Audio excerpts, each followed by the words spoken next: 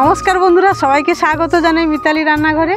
আগামী দিনের মতন আজকেরও একটি নতুন রেসিপি নিয়ে চলে এসেছি। আজকের আমার ছেলেদের আবদারে করব চটপটি। আর আমি কি কি নিয়ে এসেছি আপনারা দেখুন। আমি নিয়ে এসেছি এক থালা ভিজানো মটর, আর নিয়ে চলে এসেছি আলুগুলো আমি সুন্দর করে কেটে ধুয়ে নিয়েছি। এখন আমি উনুনটা ধরাবো আলু আর মটর সেদ্ধ করার জন্য। আমি উনুনটা ধরিয়ে মাটির পাত্রটা বসিয়ে দিয়েছি। আজকে আমি মাটির পাত্রতে সেদ্ধ করব আলু আর মটর। পাত্রটায় জলও দিয়েছিলাম, জলটা গরম হয়ে গেছে। এখন আমি মটরগুলো দিয়ে দেবো।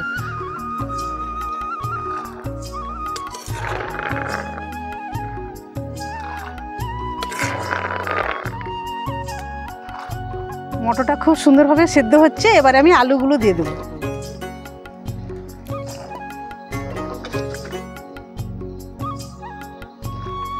আলু আর মটরটা সেদ্ধ হচ্ছে, আর একটু আমি মুসুরির ডাল ধুয়ে দিয়ে দেব।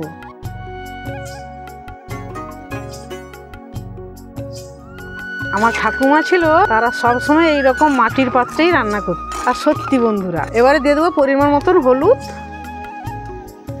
আর দিয়ে দেবো পরিমাণ মতন লবণ। সুন্দর করে এবারে সেদ্ধ করে নেব। দেখুন বন্ধুরা, আলু আর মটরটা খুব সুন্দরভাবে সেদ্ধ হয়ে গেছে। এবারে আমি মশলাটা করব। আর আমি কি কি মশলা নিয়েছি আপনারা দেখুন। আমি নিয়েছি পেঁয়াজ কুচি, লঙ্কা গুঁড়ো, নারকেল কুচি আর মাংস, আর নিয়েছি টমেটো কুচি, আর আছে কাঁচা লঙ্কা, শুকনো লঙ্কা, তেজপাতা, লবণ, হলুদ, আর আছে আদা রসুনের পেস্ট। মশলাটা করার জন্য আমি কড়াটা বসিয়ে দিচ্ছি। কড়াটা গরম হয়ে গেছে, আমি দিয়ে দেবো সরষের তেল। আমি সব রকম মশলা দিয়ে মাংসটা প্রথমে কষে নিব। তেলটা গরম হয়ে গেছে, আমি এবারে সামান্য চিনি দিয়ে দেবো রং করার জন্য। দেখুন বন্ধুরা, সুন্দরভাবে চিনির রংটা উঠতিছে। আমি দিয়ে দেবো 3টে শুকনো লঙ্কা, এলাচ, লবঙ্গ, দারুচিনি, আর দিয়ে দেবো 2টো তেজপাতা।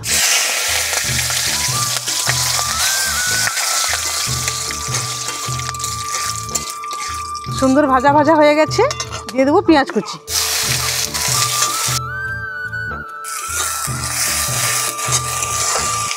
পেঁয়াজটা সুন্দর ভাজা হয়ে গেছে, দিয়ে দেবো আদা রসুনের পেস্ট।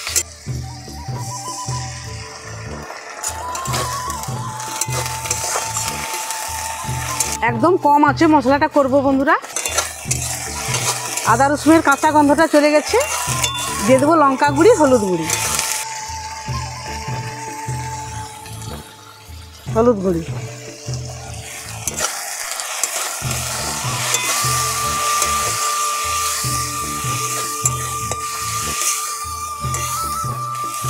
দিয়ে দেবো কেটে রাখা টমেটো। দিয়ে সুন্দর করে আমি মশলাটা কষিয়ে নিব।